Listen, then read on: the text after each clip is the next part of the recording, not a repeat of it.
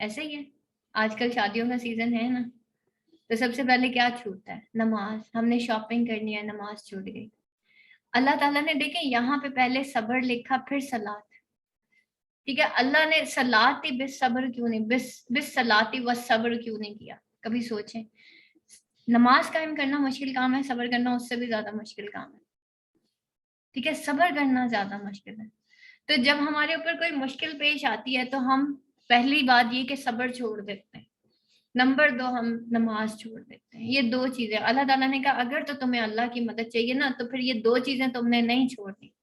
اور بس ہم یہ 2 چیزیں چھوڑ دیتے ہیں، باقی ہم ساری دنیا کو بتا دیتے ہیں. ہے کہ نہیں؟ ایک اللہ کی طرف رجوع نہیں کرتے کہ شاید پتہ نہیں کیا کس طرح، اور ہم سب لوگوں کو اپنے تمام پرابلمس بتا دیتے ہیں. تو اور وَإِنَّهَا، اور بے شک بولا، کبیرۃ، البتہ بڑی بوجھل ہے، بہت بڑی ہے، الا مگر، علی الخاشعین، سب عاجزی کرنے والوں پر.